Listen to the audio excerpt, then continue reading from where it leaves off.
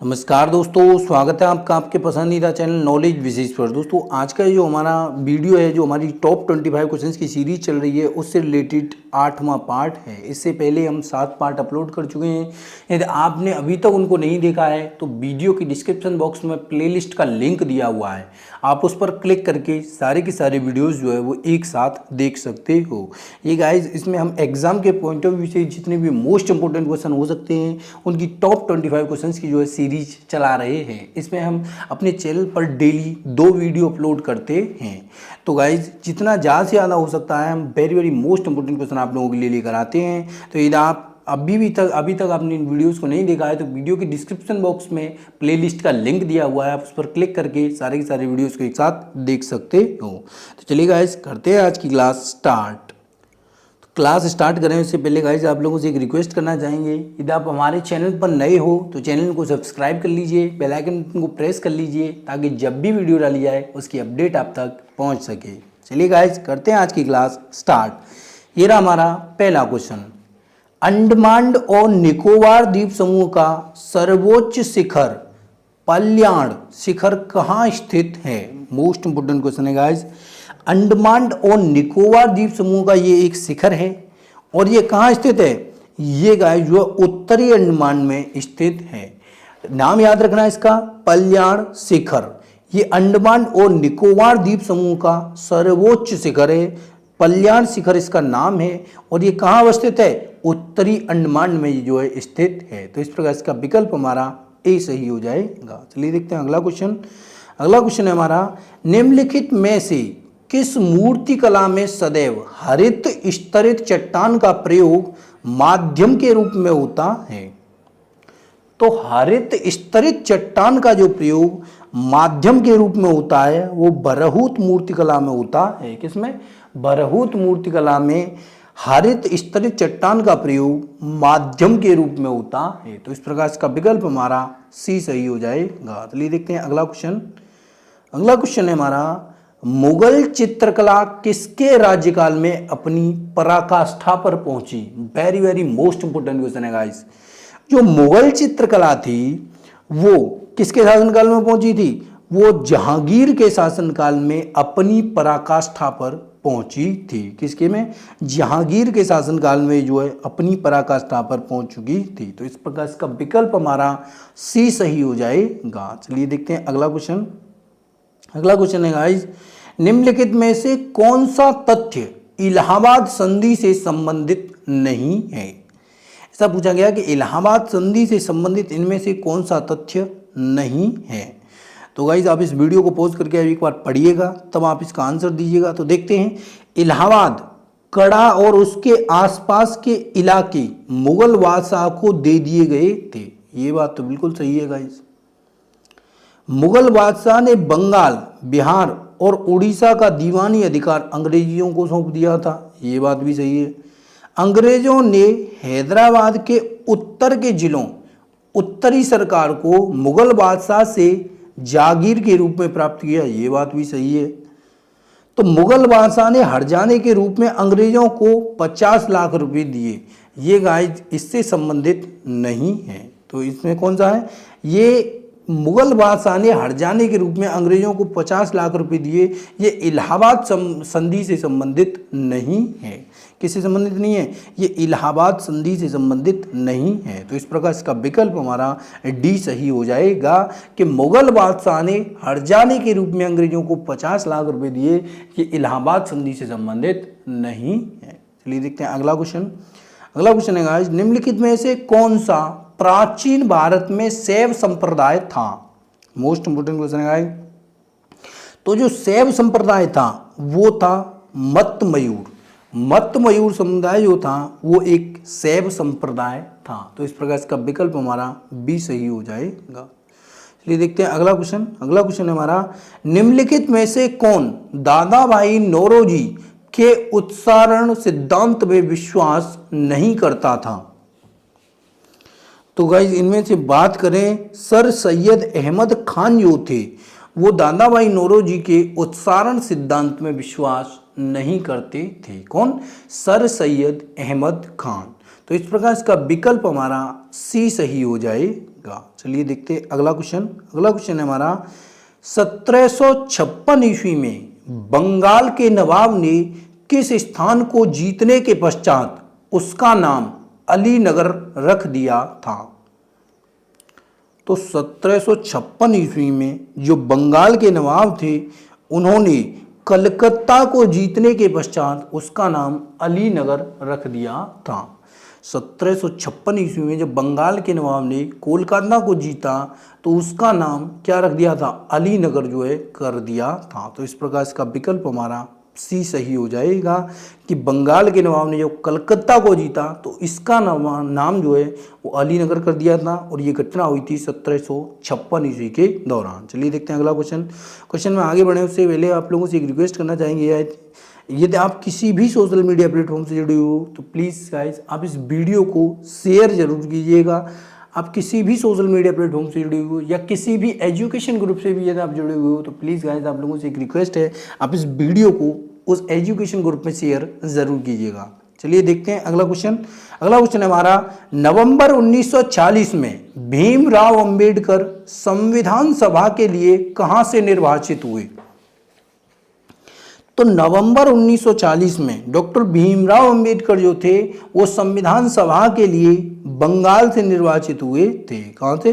बंगाल से जो है निर्वाचित हुए थे संविधान सभा के लिए। तो इस प्रकार इसका विकल्प हमारा बी सही हो जाएगा। चलिए देखते हैं अगला क्वेश्चन। छिछले हैंडपंप से पानी पीने वाले लोगों को नीचे लिखे किन रोगों के होने की संभावना है? यदि कोई छिछले हैंडपंप से पानी पीता है तो गाइज उस व्यक्ति को फ्लूओरिसिस रोग होने की संभावना है। फ्लूओरिसिस रोग होने की संभावना है। तो इस प्रकार इसका विकल्प हमारा डी सही हो जाएगा। चलिए देखते हैं अगला क्वेश्चन। अगला क्वेश्चन है गाइज हमारा निम्नलिखित में से कौन कांग्रेस समाजवादी दल का प्रमुख नेता था? तो कांग्रेस समाजवादी दल का प्रमुख नेता आचार्य नरेंद्र देव थे। कौन? आचार्य नरेंद्र देव जो थे वो कांग्रेस समाजवादी दल के प्रमुख नेता थे। तो इस प्रकार इसका विकल्प हमारा डी सही हो जाएगा। चलिए देखते हैं अगला क्वेश्चन। अगला क्वेश्चन हमारा निम्नलिखित में से कौन सा रूपांतरित स्तंभ है? तो इनमें से बात करें रूपांतरित स्तंभ कौन सा है तो आलू जो है वो एक रूपांतरित स्तंभ है। तो इस प्रकार इसका विकल्प हमारा डी सही हो जाएगा। चलिए देखते हैं अगला क्वेश्चन। अगला क्वेश्चन हमारा कृष्ण जीवन परक प्रेम वाटिका काव्य की रचना किसने की? तो कृष्ण जीवन परक जो प्रेम वाटिका काव्य है उसकी रचना रसखान के जरिए की गई थी। किसने की थी? उसकी रचना रसखान के द्वारा की गई थी। तो इस प्रकार इसका विकल्प हमारा सी सही हो जाएगा। चलिए देखते हैं अगला क्वेश्चन। अगला क्वेश्चन है निम्नलिखित में से कौन सा 19वीं सदी के उत्तरार्ध में लिखा हुआ महत्वपूर्ण ऐतिहासिक उपन्यास है? तो याद रखना 19वीं सदी के उत्तरार्ध में इनमें से लिखा हुआ जो महत्वपूर्ण ऐतिहासिक उपन्यास है वो है दुर्गेश नंदिनी। कौन सा है? दुर्गेश नंदिनी एक महत्वपूर्ण ऐतिहासिक उपन्यास है जो 19वीं सदी में लिखा गया था। तो इस प्रकार इसका विकल्प हमारा बी सही हो जाएगा। चलिए देखते हैं अगला क्वेश्चन। अगला क्वेश्चन है गाइस हमारा निम्नलिखित में से कौन सा पौधों के लिए अनिवार्य सूक्ष्म पोषक नहीं है? तो इनमें से कौन सा है जो पौधों के लिए अनिवार्य सूक्ष्म पोषक नहीं है? तो सोडियम जो है पौधों के लिए अनिवार्य सूक्ष्म पोषक तत्व नहीं है। तो इस प्रकार इसका विकल्प हमारा डी सही हो जाएगा। गाइस यदि आपको वीडियो पसंद आ रहा हो तो प्लीज़ गाइस आप लोगों से एक रिक्वेस्ट करेंगे, यदि आप किसी भी सोशल मीडिया प्लेटफॉर्म से जुड़े हो, आप फेसबुक से जुड़े हो, व्हाट्सअप से जुड़े हो या किसी भी सोशल मीडिया प्लेटफॉर्म से जुड़े हो, प्लीज़ गाइस आप इस वीडियो को शेयर ज़रूर कीजिएगा ताकि हमारा वीडियो और भी भाइयों तक पहुँच सके। किसी भी एजुकेशन ग्रुप से आप जुड़े हो उस एजुकेशन ग्रुप में भी आप इस वीडियो को शेयर ज़रूर कीजिएगा। चलिए देखते हैं अगला क्वेश्चन। अगला क्वेश्चन हमारा स्वतंत्रता प्राप्ति के बाद किसने यह सुझाव दिया कि भारतीय राष्ट्रीय कांग्रेस को समाप्त कर दिया जाए? तो स्वतंत्रता प्राप्ति के बाद भारतीय राष्ट्रीय कांग्रेस को समाप्त करने का सुझाव महात्मा गांधी का था। महात्मा गांधी जी ने कहा था कि जो जब स्वतंत्रता प्राप्ति हो जाए हमको तो राष्ट्रीय कांग्रेस को जो है, भारतीय राष्ट्रीय कांग्रेस को खत्म कर देना चाहिए था। तो इस प्रकार का विकल्प हमारा सी सही हो जाएगा। चलिए देखते हैं अगला क्वेश्चन। अगला क्वेश्चन है हमारा, महादेव गोविंद रानाडे ने कब भारतीय राष्ट्रीय सामाजिक सम्मेलन का गठन किया? तो याद रखना ये question very very most important है। राष्ट्रीय सामाजिक आंदोलन का गठन किसने किया?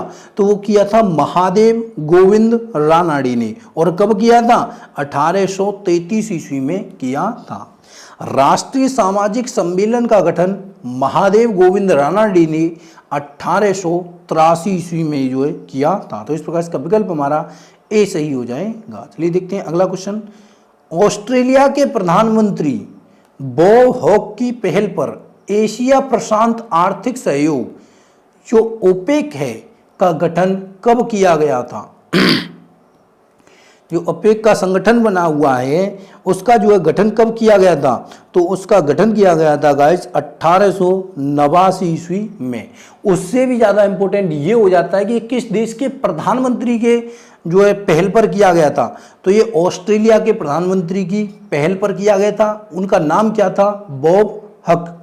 और उन्हीं की पहल पर ये जो है एशिया प्रशांत आर्थिक सहयोग ओपेक का जो है गठन 1889 ईस्वी में किया गया था। तो इस प्रकार इसका विकल्प हमारा ए सही हो जाएगा। चलिए देखते हैं अगला क्वेश्चन। अगला क्वेश्चन है हमारा, लोक सेवक दल की स्थापना का सुझाव किसने दिया था?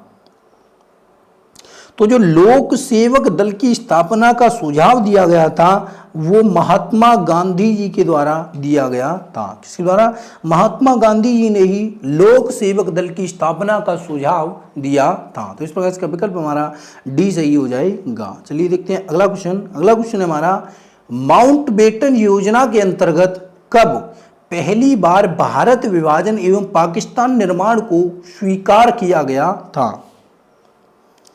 तो माउंटबेटन योजना जो थी वो कब आई थी? 3 जून 1947 को आई थी। 3 जून 1947 को ही माउंटबेटन योजना के अंतर्गत पहली बार भारत विभाजन एवं पाकिस्तान निर्माण को स्वीकार किया गया था। अपने जो भारत का जो विभाजन हुआ था वो कब स्वीकार किया गया था? 3 जून 1947 को माउंटबेटन योजना के तहत जो स्वीकार किया गया था। तो इस प्रकार इसका विकल्प हमारा ए सही हो जाएगा। गाइस ये मोस्ट इंपोर्टेंट क्वेश्चन है, आप इसको जरूर से जरूर नोट करके रखिएगा। चलिए देखते हैं अगला क्वेश्चन। अगला क्वेश्चन गाइस हमारा कुछ ऑप्शंस दिए हुए हैं, ये आपको सुमेलित करने होंगे। तो इनमें से यदि हम बात करें, मेगा फूड पार्क कब स्थापित किया गया था? तो जो मेगा फूड पार्क था वो 2008 में स्थापित किया गया था। कब स्थापित किया गया था? मेगा फूड पार्क 2008 में। और जो राष्ट्रीय खाद्य सुरक्षा मिशन है वो 2007 में। दीनदयाल ग्राम ज्योति योजना कब लाई गई थी? जो दीनदयाल ग्राम ज्योति योजना है वो 2015 में माननीय प्रधानमंत्री नरेंद्र मोदी के द्वारा स्टार्ट की गई थी। और प्रधानमंत्री फसल बीमा योजना ये जो 2008 से बीमा योजना जो है चल रही है। मेगा फूड पार्क मिशन जो है वो 2008 में, राष्ट्रीय खाद्य सुरक्षा मिशन जो है वो 2007 में चला था, दीनदयाल ग्राम ज्योति योजना 2015 में आई थी और प्रधानमंत्री फसल बीमा योजना जो थी वो 2008 में आई थी। ये सारी की सारी योजनाएं जो हैं वो कब आई थी? तो ऐसा पूछा गया है। तो गाइस इसके ऑप्शन की यदि हम बात करें तो इसके ऑप्शन हो जाएंगे 3, 1, 4 और 2।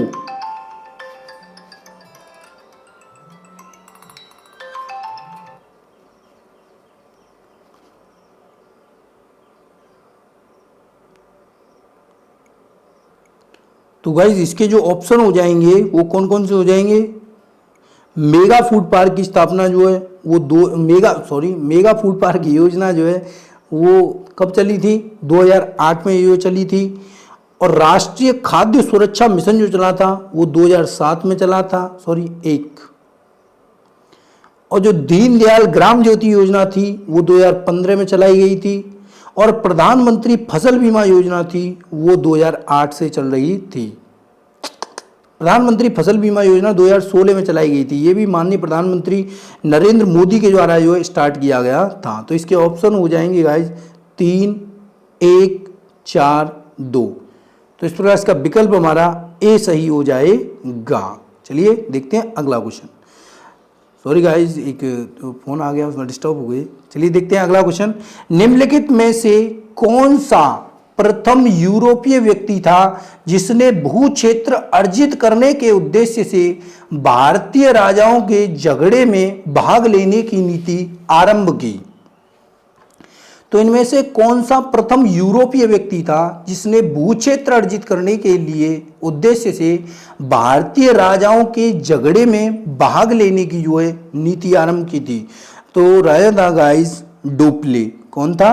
डुप्ले था, जिसने यूरोपीय व्यक्ति था ये डुप्ले, भू क्षेत्र अर्जित करने के उद्देश्य से भारतीय राजाओं के झगड़े में भाग लेने की इसने नीति जो आरंभ कर दी थी। कौन था? डुप्ले था। तो इस प्रकार इसका विकल्प हमारा बी सही हो जाएगा। चलिए देखते हैं अगला क्वेश्चन। प्लासी के युद्ध से संबंधित निम्नलिखित कथनों में से कौन सा कथन सत्य है? इसमें सत्य कथन पूछा गया है गाइस कि प्लासी के युद्ध से संबंधित सत्य कथन कौन सा है? तो इस युद्ध में नवाब की ओर से मीर जाफर तथा राय दुर्लभ की सेनाओं ने भाग नहीं लिया था। तो ये बात भी बिल्कुल सत्य है गाइस कि इस युद्ध में नवाब की ओर से मीर जाफर तथा राय दुर्लभ की सेनाओं ने भाग नहीं लिया था। नवाब की ओर से मोहनलाल व मीर मर्दाना के अधीनता वाली एक छोटी सेना ने ही युद्ध में भाग लिया था। ये बात तो बिल्कुल सही है गाइस। युद्ध के पश्चात नवाब सिराजुद्दौला की हत्या युद्ध भूमि में ही कर दी गई थी। ये बात बिल्कुल गलत है गाइस। युद्ध भूमि में जो उसकी हत्या नहीं हुई थी। इस युद्ध में नवाब के 500 लोग मारे गए थे। ऐसा गाइस कहा जाता है कि उसके 500 लोगों की जो है मृत्यु कर दी गई थी। तो इसके ऑप्शंस जो हो जाएंगे 1, 2 और 4। तो इस प्रकार इसका विकल्प जो हो जाएगा गाइस हमारा बी सही हो जाएगा। इस युद्ध में नवाब की ओर से मीर जाफर तथा राय दुर्लभ की सेनाओं ने भाग नहीं लिया था। तो किसने लिया था? मीर मर्दाना के अधीनता वाली एक छोटी सी सेना ने भाग लिया था, जिसमें 500 लोग करीब मारे गए थे। तो इस प्रकार इसका विकल्प हमारा बी सही हो जाएगा। चलिए देखते हैं अगला क्वेश्चन। अगला क्वेश्चन है हमारा the anarchical and revolutionary crime act 1919 को सामान्य बोलचाल में क्या कहा जाता था? तो इस एक्ट को सामान्य बोलचाल में रोलेक्ट एक्ट के नाम से जाना जाता था। किस नाम से? रोलेक्ट एक्ट के नाम से जाना जाता था। तो इस प्रकार इसका विकल्प हमारा ए सही हो जाएगा। चलिए देखते हैं अगला क्वेश्चन। अगला क्वेश्चन है हमारा निम्न में से कौन सी घटना बंगाल की द्वितीय क्रांति के नाम से जानी जाती है? तो इनमें से गाइस बात करें कि कौन सी घटना है जो बंगाल की द्वितीय क्रांति के नाम से जानी जाती है, तो 1760 ईस्वी में मीर कासिम का नवाब बनना बंगाल की द्वितीय क्रांति के नाम से जाना जाता है। तो इस प्रकार इसका विकल्प हमारा ए सही हो जाएगा। चलिए देखते हैं अगला क्वेश्चन। अगला क्वेश्चन है हमारा मध्यकालीन भारत में मनसबदारी प्रथा खास तौर पर किस लिए चालू की गई थी? तो जो मध्यकालीन भारत में मनसबदारी जो प्रथा चलाई गई थी वो साफ सुथरे प्रशासन के लिए जो है चलाई गई थी। किसके लिए? साफ सुथरे प्रशासन के लिए जो चलाई गई थी। तो इस प्रकार इसका विकल्प हमारा ए सही हो जाएगा। गाइस आज का वीडियो में समाप्त करते हैं और आप लोगों से एक रिक्वेस्ट करते हैं, यदि आप किसी भी सोशल मीडिया प्लेटफॉर्म से जुड़े हुए तो प्लीज़ गाइस आप इस वीडियो को सोशल मीडिया प्लेटफॉर्म से शेयर जरूर कीजिएगा। यदि आप किसी भी एजुकेशन ग्रुप से जुड़े हुए हो तो प्लीज़ गाइस उस पर भी इस वीडियो को शेयर जरूर कीजिएगा। चैनल पर नए हो चैनल को सब्सक्राइब कर लीजिए, बेल आइकन को प्रेस कर लीजिए ताकि जब भी वीडियो डाली जाए उसकी अपडेट आप तक पहुँच सके। धन्यवाद गाइस।